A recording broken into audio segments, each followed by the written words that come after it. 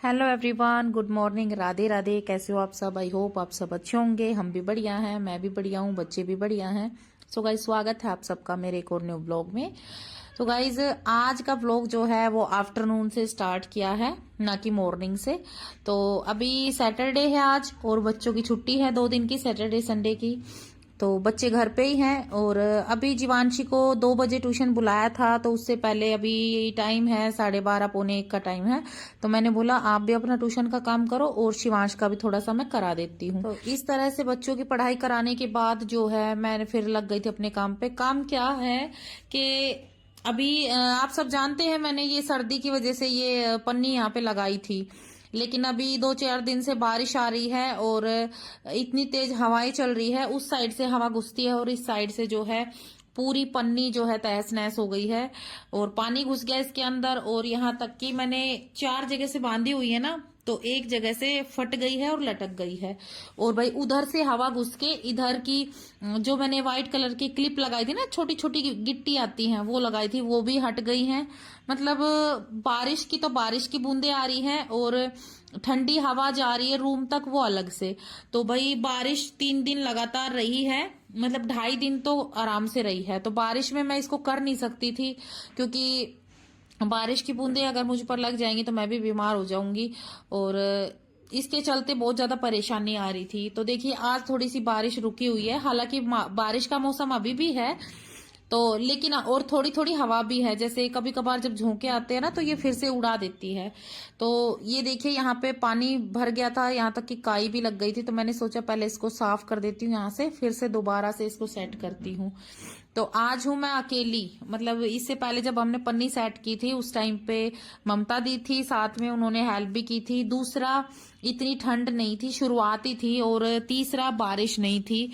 अभी बारिश का मौसम है, वैसे इतना फिसलन हो रही है हर जगह से, मतलब सीढ़ियों पर से भी अभी मैं चढ़ी हूं ना तो भी चप्पल फिसल रही है। बारिश के दिनों में आप सब जानते हैं कितना रिस्क होता है ऐसे कामों में। तो सीढ़ी पकड़ने वाला भी कोई नहीं था। शिवांश ने बोला मम्मी मैं पकड़ लूं, लेकिन मैंने शिवांश को बोला नहीं बेटा आप दूर हो जाओ। गलती से बाई चांस सीढ़ी फिसल गई और मैं सीढ़ी के साथ आपके ऊपर गिर गई ना, तो फिर मेरे से नहीं देखा जाएगा। मैं गिर गई तो देखा जाएगा। रिस्क तो देखिए, रिस्क तो लेना पड़ेगा, काम करना है तो अभी कौन आएगा करने के लिए।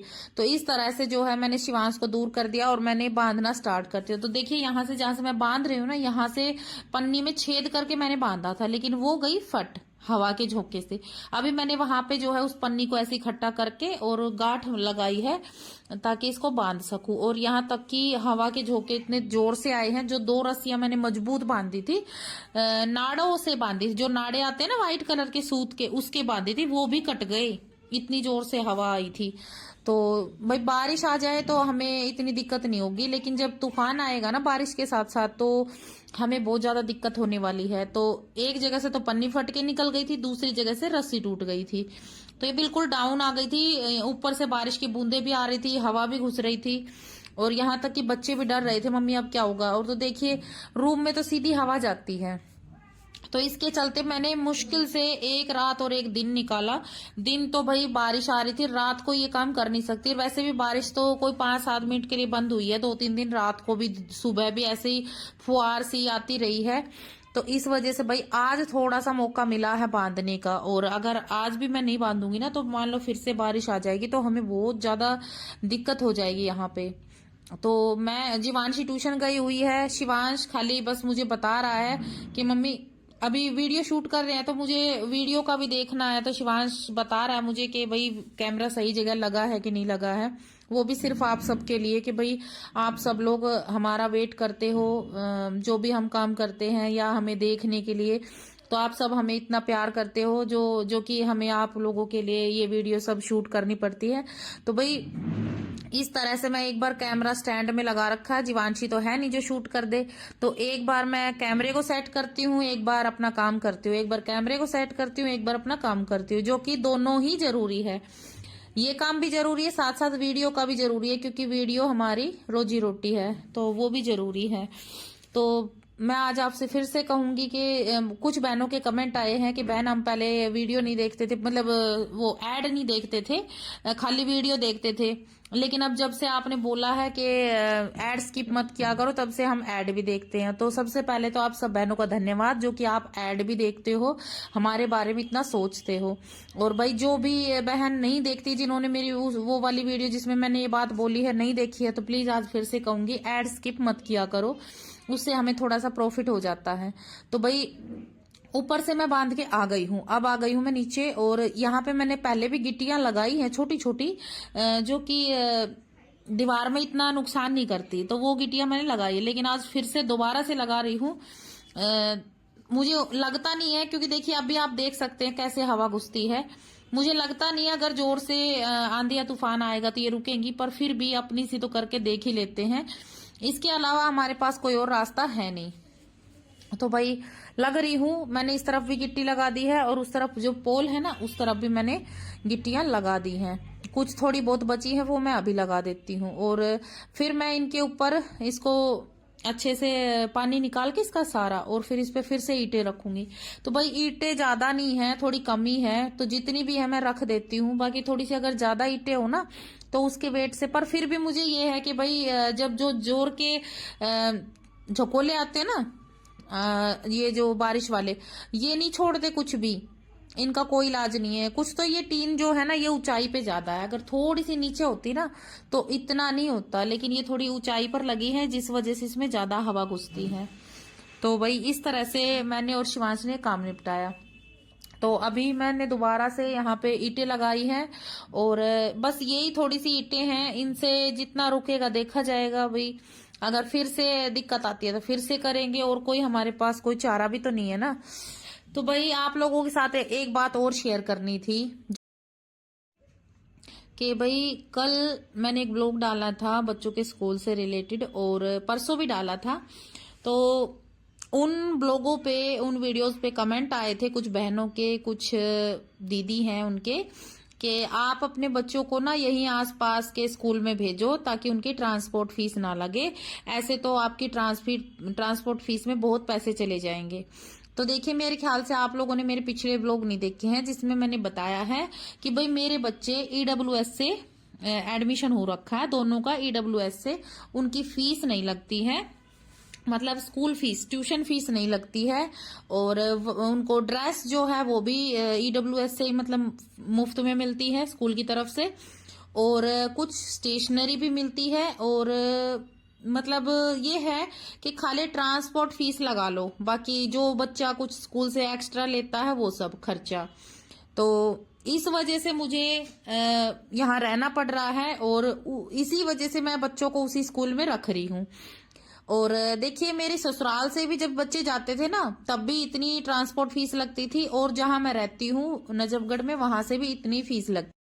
तो देखिए अगर मेरे बच्चों की पूरी फीस लगती और ड्रेस और बुक्स वगैरह सबका खर्चा होता तो फिर मैं यहाँ रहती नहीं।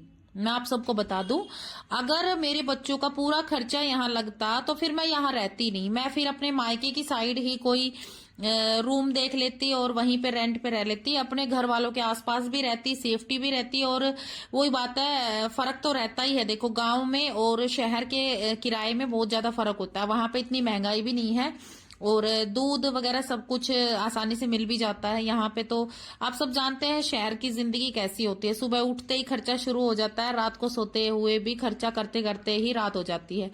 तो अगर मेरे बच्चे ईडब्ल्यूएस से नहीं होते तो मैं अपने मायके के आसपास ही रहती। और हाँ, अगर भविष्य में कभी बाई चांस ऐसा कुछ होता है कि मेरे बच्चों की ईडब्ल्यूएस में कोई दिक्कत आ रही है या फिर आगे चल के, तो फिर मैं अपने बच्चों का एडमिशन उसी साइड कराऊंगी, मतलब अपने मायके की साइड ही जाऊंगी और वहीं पे कहीं आसपास रहूंगी रेंट पे। तो वही इसलिए कमेंट करना, लाइक करना। जब 54 हो जाएंगे जब भी हम लाइव से जाते हैं, वो भी 54 टाइम हो जाते हैं जब भी हम जाते हैं लाइव से। Back camera. तो गाइज मेरा इतनी दूर अकेले अपने बच्चों के साथ रहना शहर में, सिर्फ उसका कारण यही है कि मेरे बच्चों का स्कूल जो है ईडब्ल्यूएस से है, बस यही एक कारण है मेरा इतनी दूर अकेली रहने का, और वो भी रेंट पे। हम आज का व्लॉग बस इतना ही था। आज के व्लॉग में बाय बाय बाय बाय और टाटा। तो गाइज अभी घर पे हम वो पन्नी ठीक करके और फिर दोबारा से पोछा लगाया, क्योंकि एक बार सुबह हो गया था, लेकिन जैसे ही वो पन्नी मैंने सेट की ना तो उसके दौरान गंदे पैर वैर आके गंदा हो गया था। वापस से पोछा लगाया और फिर मैं बाहर, क्योंकि कई दिन से ना घी खत्म हो रखा था, तो वो लेने के लिए हम आए थे बाहर। और जीवांशी गई हुई थी ट्यूशन। तो गाइज आज मैं बना रही हूँ दाल चावल। आज शाम के टाइम इवनिंग की ये क्लिप है। इवनिंग क्या, रात होने वाली है, मतलब यही 6:30 का टाइम है। तो अभी आज मैं बनाने वाली हूँ दाल चावल। तो ये मैंने प्याज कट कर ली है और साथ में लहसुन और टमाटर।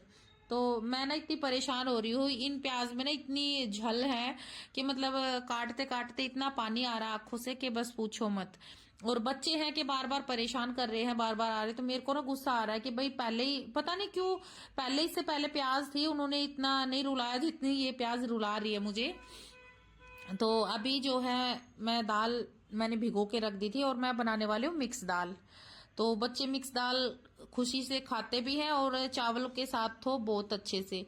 हाँ, शिवांश की देखना पड़ेगा, शिवांश का चावल से पेट नहीं भरता है, तो उसके लिए शायद मुझे 1 या 2 रोटी बनानी पड़े। बाकी जीवांशी खुश रहती है और मुझे भी अच्छे लगते हैं भाई। तो ये मिक्स दाल मैं बनाने जा रही हूँ, आप लोगों के साथ शेयर कर रही हूँ आज शाम के टाइम, क्या रात की रेसिपी दाल चावल। तो ये छोटे चम्मच थे इसलिए मैंने 2 डाल लिया, अगर बड़ी चम्मच होती तो मैं सिर्फ 1 ही डालती। और ये तेल गरम हो गया है, मैंने जीरा डाल दिया है और साथ में जीरा डालते ही फिर लहसुन और प्याज एक साथ कट करके डाल दिया। आज मैंने पीसे नहीं थे क्योंकि मुझे थोड़ा सा जल्दी थी, एक तो मुझे व्लॉग एडिट करना है और ऊपर से कुछ जरूरी काम और भी है, तो इस वजह से। नहीं तो मैं ना सिलवट्टे पे पीस के डालती हूँ, लेकिन आज मैंने थोड़ा सा जल्दी में कट कर लिया। वैसे बारीक कट किया था क्योंकि बच्चे खाते नहीं है, ज्यादा मोटा कट करती हूँ, लहसुन मुंह में आता है ना तो फिर ये बोलते हैं कि मम्मी लहसुन आ गया, तो इस वजह से मैंने बिल्कुल बारीक कट किया था।